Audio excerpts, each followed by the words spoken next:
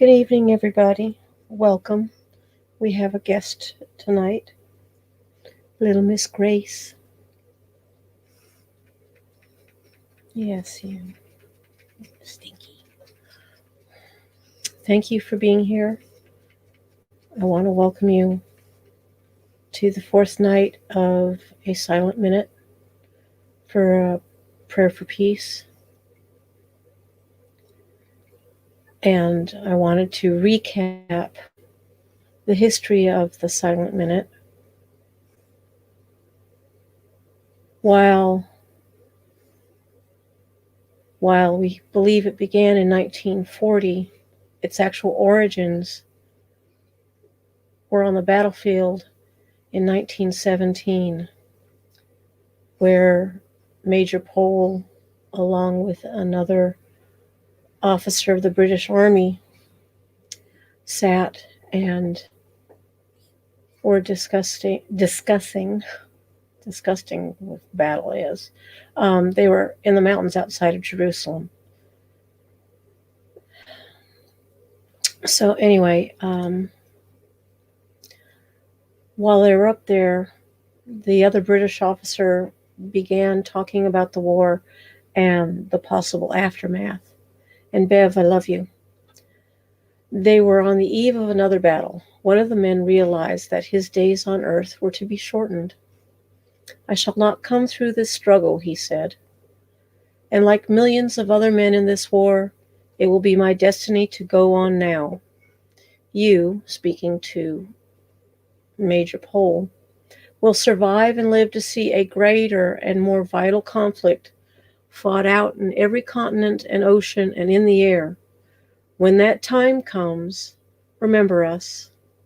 We shall long to play our part wherever we may be. Give us the opportunity to do so, for that war for us will be a righteous war. We shall not fight with material weapons then, but we can help you if you will let us.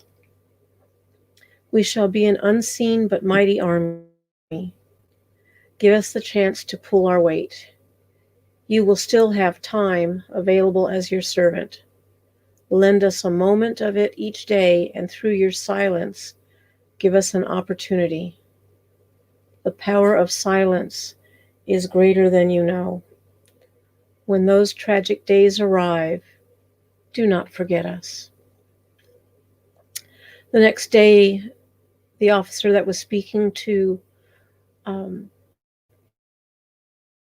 severely wounded, stranded behind enemy lines. And as he managed to get back to the British forces, he was killed. It was then that the idea of a daily moment of united prayer and silence was born, becoming known as the Silent Minute. And so here we are today, and I'm asking for everyone to take a moment at 9 o'clock, echoing times past, when everyone gathered, to close their eyes and to open their hearts, to seek peace and protection for our Mother Earth. She is our home.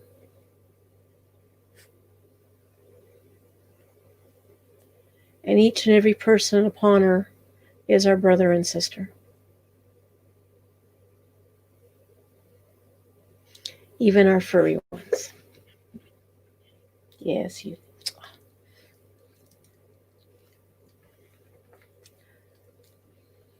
I hope you're doing well, Bevy.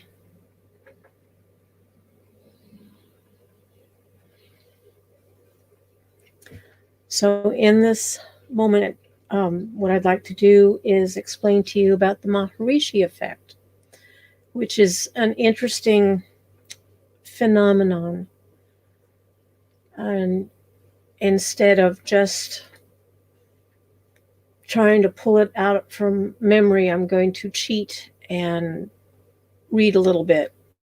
So the Maharishi started a movement back in the Madras, India, back in around 1957. And he was teaching what was called Transcendental Meditation.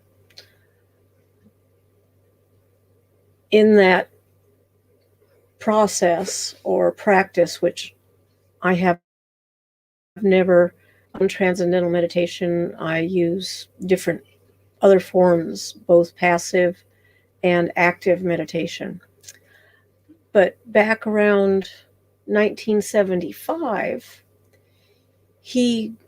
what they say is he inaugurated, I can speak well tonight, he inaugurated the dawn of a new era, proclaiming that through the window of science, we see the dawn of an age of enlightenment. Scientific research has found that in cities and towns all over the world, where as little as 1% of the population practices the Transcendental Meditation technique, the trend of rising crime rate is reversed, indicating increasing order and harmony. There are some 30 studies that have been done whereby people would get together and they would, in a joint effort, meditate on peace, on bringing about a community of love. And so through that, through those studies, they discovered over 25 years, and this paper says there were 50 scientific research studies conducted, that using the most rigorous research methods and evaluation procedures available in the social sciences, including time series analysis, which controls for weekly and seasonal cycles or trends in social data, that all manner of violence took a steep decline. So murders, crimes, abuse, whether it was child abuse or spousal abuse,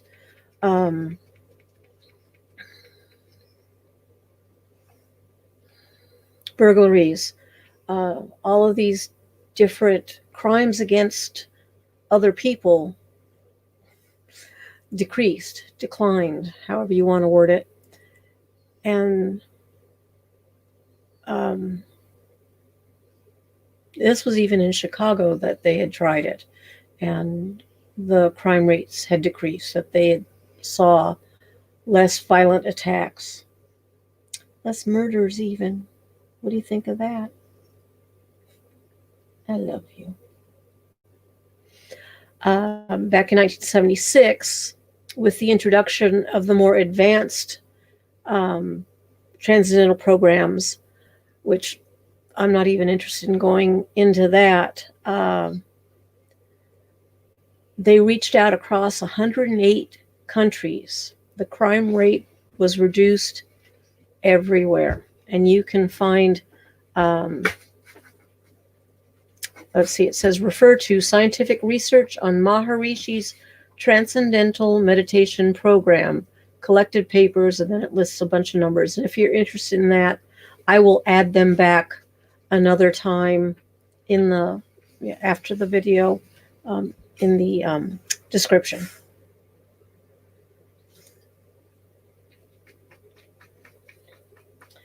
And I don't know if you're having ice or snow bevy, but we are. My poor dogs are unable to go outside to use the facilities, and so they're both beside themselves. I have ramps, and both ramps are iced over. I can't get out, and neither can they. So tonight is going to prove to be a very interesting evening. And given that we are upon the 9 o'clock hour, I invite you to take a moment to reach out into that silence and let's join heart to heart and soul to soul to seek peace, to seek unity, and to send out love across the country. And let's heal everyone. Thank you, Beverly, for being here. I do love you. And Grace is being just the sweetest little thing. Don't let that fool you. She's a stinker. Yes, you are. You're a stinker. Ready? Okay.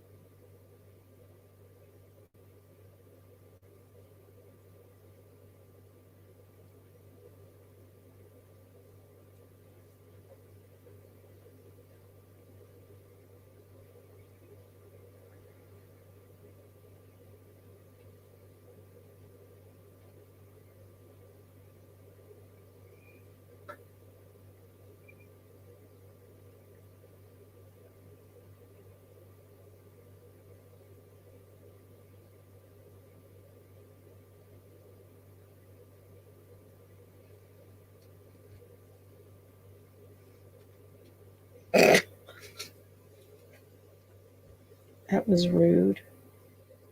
Thank you.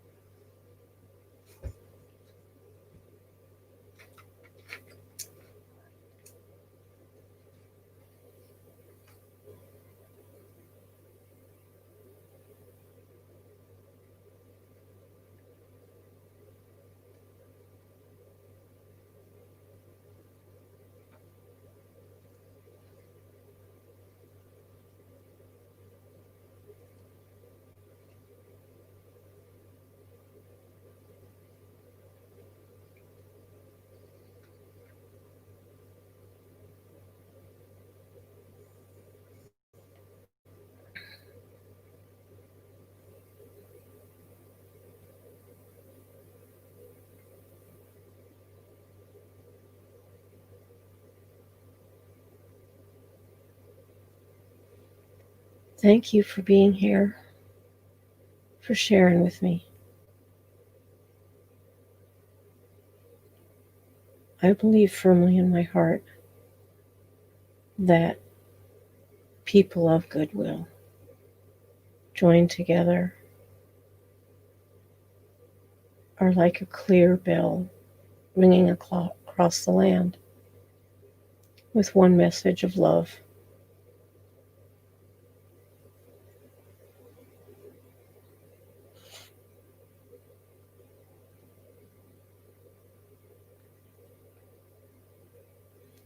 I will see you soon, Beverly. And now I need to figure out how to help these poor little ones who are, well, she's the little one. He's the big one. He's impatient. Say bye, Christy. Say bye. I love you. Bless you. See you soon.